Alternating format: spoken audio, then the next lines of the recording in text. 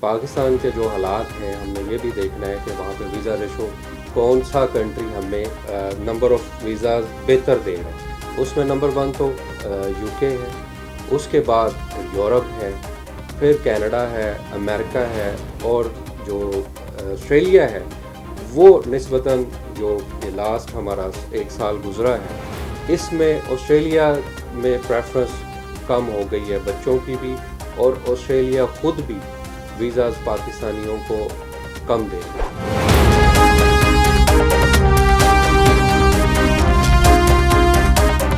السلام علیکم ناظرین، میں ہوں نظر حسین محبوب اور آپ دیکھ رہے ہیں چیلنج ٹائم ٹی وی. ناظرین، امیگریشن اور فارن ایجوکیشن کے حوالے سے کیمبرج گراؤنڈ لاہور میں واقع ہائبرو لا ایسوسیٹ ایک بہترین شہرت کا حامل ادارہ ہے. اسے نہ صرف عوامی سطح پر بلکہ حکومتی سطح پر بھی پذیرائی حاصل ہے. فارن ایجوکیشن کے ملک دنیا بھر میں کہاں اسکوپ موجود ہیں، آج اس سلسلے میں ترتیب دے گئے پروگرام میں ہمارے ساتھ موجود ہیں ہائبرو لا ایسوسیٹس کے چیئرمین جناب رانا انعام اللہ خان. آئیے آپ سے ملاتے ہیں اور جانتے ہیں کہ کن کن ممالک میں کیا کیا مواقع موجود ہیں. السلام علیکم جناب رانا صاحب. وعلیکم السلام شاہ صاحب. فارن ایجوکیشن وقت کی اہم ترین ضرورت ہے. اعلیٰ تعلیم کے حصول کے لیے آپ کن کن ممالک میں اسٹوڈنٹس کو بھیج رہے ہیں؟ بسم اللہ الرحمن الرحیم. شاہ صاحب، اس میں زیادہ تر تو فارن ایجوکیشن کے لیے کینیڈا، آسٹریلیا، یو کے، یورپ، ان کنٹریز میں لوگ جا رہے ہیں. اس کے علاوہ جو ہماری میڈیکل کی فیلڈ ہے اس کے لیے ہمارے بچے اور بچیاں زیادہ تر جا رہے ہیں. رشین جو اسٹیٹس ہیں ان کو وہ منتخب کرتے ہیں، لائک چائنا ہے، رشین اسٹیٹس ہیں، ان میں میڈیکل کا کافی رجحان ہے. تھرڈ پہ پھر یورپ کے کچھ کنٹریز آتے ہیں جس میں فن لینڈ ہے، ہنگری ہے، سویڈن ہے، اس میں بھی میڈیکل کا کافی رجحان ہے. تو آپ صرف میڈیکل سے ریلیٹڈ لوگوں کو باہر بھیج رہے ہیں یا اور بھی اپرچونیٹیز ہیں؟ نہیں، میں نے جس طرح بتایا کہ باقی جو سبجیکٹس ہیں جیسے لا ہے، مینجمنٹ کے کورسز ہیں، یا اکاؤنٹس کے ہیں، یا اور بھی، اس میں موسٹلی لوگ کینیڈا، آسٹریلیا، یو کے کو پریفر کرتے ہیں.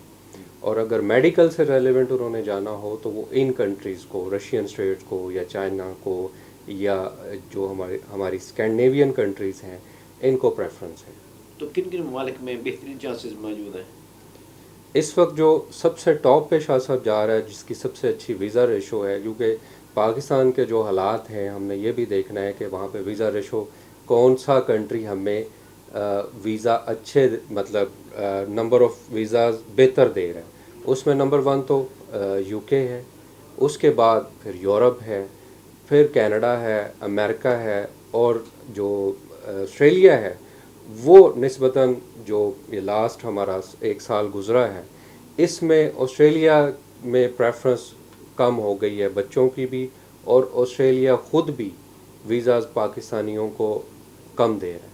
اٹلی میں ریسٹرکشنز لگی ہوئی ہیں، لوگ اسٹوڈنٹس کے ویزے ریجیکٹ ہو رہے ہیں، اس کا کیا معاملہ ہے؟ دیکھیں، اٹلی میں پچھلے اگر 3-4 سال سے دیکھا جائے تو ہر بندے کی پریفرنس یورپ کی طرف تھی اور زیادہ تر اٹلی کی طرف تھی. اس کی مین وجہ یہ تھی کہ اٹلی کی فیسز کم تھیں اور کچھ یونیورسٹیز جو ہیں وہ بغیر فیسز کے بھی ایڈمیشنز کر رہی تھیں. تو ایک بڑا نمبر آف ایپلیکیشن، جو بڑی نمبر آف ایپلیکیشن جو ہیں وہ اٹلی کی طرف موو ہو گئی تھی. تو اس میں پرابلم یہ آیا کہ اٹلی کی جو ایمبیسی ہے اس نے اپنی اپوائنٹمنٹس جو ہیں وہ بڑا دیر سے دینا شروع کی. اپوائنٹمنٹ نہ ہونے کی وجہ سے بہت سارے اسٹوڈنٹس کے ویزاز ریجیکٹ ہو گئے. مطلب اگر اس کا یونیورسٹی کا سیمسٹر سٹارٹ ہو گیا اور آپ کی ایمبیسی نے، اٹلی کی ایمبیسی نے اگر اس کو اپوائنٹمنٹ ہی نہیں دی تو وہ پھر اس کا وہ سال ضائع ہو جاتا ہے. اور اب کیونکہ اتنا نمبر ہے اسٹوڈنٹس کا اٹلی کے اندر، اپوائنٹمنٹ ملنا مشکل ہوگی، جس کی وجہ سے ویزاز ریجیکٹ ہو رہے ہیں. جی رانا صاحب، کہا جاتا ہے کہ پاکستانی اسٹوڈنٹس کے لیے دوسرے ممالک میں اسکالرشپ پر اعلیٰ تعلیم حاصل کرنے کے بے شمار مواقع موجود ہیں. یہ کن کن ممالک میں اپرچونیٹیز ہیں، اس پر ذرا روشنی ڈالیے. شاہ صاحب، اس میں دیکھیں، اسکالرشپ تو وہ صرف پاکستانیوں کے لیے تو نہیں کرتے نا، اسکالرشپ تو آل اوور دا ورلڈ ہے. اس میں ہمارے لیے ایک کوٹا وہ رکھتے ہیں.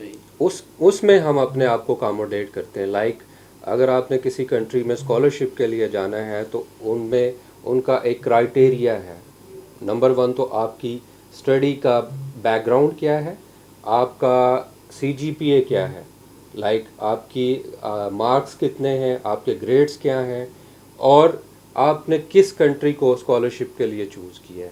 اسکالرشپ زیادہ تر یورپ میں ہے, اس کے علاوہ امریکہ میں بھی ہے, اور UK, آسٹریلیا اور کنٹریز میں بھی اسکالرشپ موجود ہیں. لیکن اس کے لیے آپ کو ان کے کرائٹیریا پہ پورا اترنا پڑتا ہے, جو کہ ہر اسٹوڈنٹ اس کو فلفل نہیں کرتا. ہمارے بے شمار اسٹوڈنٹ آتے ہیں اس کرائٹیریا پہ اور جا بھی رہے ہیں. اور دوسری بات یہ کہ جو ہماری پنجاب گورنمنٹ ہے وہ بھی اس پہ کام کر رہی ہے, وہ بھی اسکالرشپ پہ بچوں کو باہر بھیجتی ہے. رانا صاحب، اسکالرشپ سے متعلق آگاہی فراہم کرنے کے لیے آپ کے ادارے ہائیبرو لا ایسوسیٹ نے یا حکومت نے کیا اقدامات کیے ہیں؟ جی, اچھا سوال ہے شاہ صاحب. اس میں اکثر جو اسٹوڈنٹ ہمارے پاس آتے ہیں گورنمنٹ ان کو اسکالرشپ دیتی ہے, لیکن گورنمنٹ ان کو یہ آگاہی نہیں دیتی کہ انہوں نے اپنا ویزا کیسے اپلائی کرنا ہے, اس کا ویزا پروسیس کیا ہے, وہاں جا کے انہوں نے کیسے یونیورسٹی کو جوائن کرنا ہے. اس کے لیے موسٹلی اسٹوڈنٹ ہمارے پاس آتے ہیں. صحیح. ہم ان کو پراپر گائیڈ کرتے ہیں, ان کا ویزا پروسیس کرتے ہیں. اکثر اسٹوڈنٹ کے ساتھ ان کے پیرنٹس بھی ہوتے ہیں.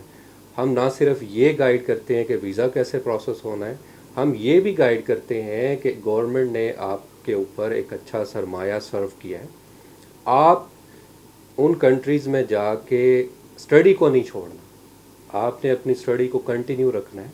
ٹھیک ہے, جیسے اور کنٹری سے لوگ اسکالرشپ لے کے آتے ہیں, انڈیا ہے, بنگلہ دیش ہے, چائنا ہے, مڈل ایسٹ سے بھی لوگ اسکالرشپ لے کے آتے ہیں. وہ لوگ اپنی اسٹڈی کو پراپرلی کمپلیٹ کرتے ہیں. ہمارے ہاں موسٹلی اسٹوڈنٹ کیا کرتے ہیں کہ ظاہر ہے فیس تو گورنمنٹ نے دی ہوتی ہے, وہ باہر جا کے اپنی اسٹڈیز کو ڈسکنٹینیو کر دیتے ہیں. ظاہر ہے وہاں جب وہ ہماری کمیونٹی میں ملتے ہیں تو ان کو جابس مل جاتی ہیں. اوبیسلی وہ ہوتی تو اسٹوڈنٹ جابس ہی ہیں, وہ ڈالر کمانا شروع کر دیتے ہیں یا پاؤنڈس کمانا شروع کر دیتے ہیں. وہ یہ بھول جاتے ہیں کہ ان کو پاکستان گورنمنٹ نے اسکالرشپ کے لیے بھیجا. یہ جتنا بھی ایکسپینس ہے وہ گورنمنٹ پاکستان نے کیا. درست. تو اب اس کی نسبت آپ دوسرے ممالک کو دیکھیں, دوسرے کنٹریز کو دیکھیں, وہ اپنے کنٹریز کو کوئی نقصان نہیں پہنچاتے. وہ اپنی اسٹڈیز کو بھی کنٹینیو رکھتے ہیں اور پارٹ ٹائم جاب بھی کرتے ہیں. پارٹ ٹائم جاب تو ہمارے لوگوں کو بھی الاؤ ہے.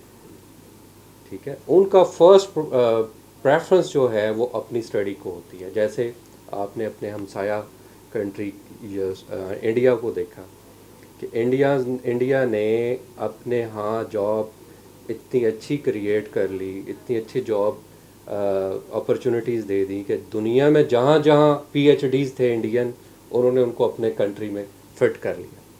ٹھیک ہے, یہ چیزیں ہمارے ہاں بھی ہو سکتی ہیں اور ہوتی بھی ہیں. جاب اپرچونیٹیز یہاں بھی نکلتی ہیں, لیکن جب آپ اپنی اسٹڈیز کو کمپلیٹ ہی نہیں کریں گے, آپ ان ڈالر کمانے کے چکروں میں پڑ جائیں گے, تو پھر اوبیسلی آپ کا بھی نقصان ہے اور آپ کے کنٹری کا بھی نقصان ہے.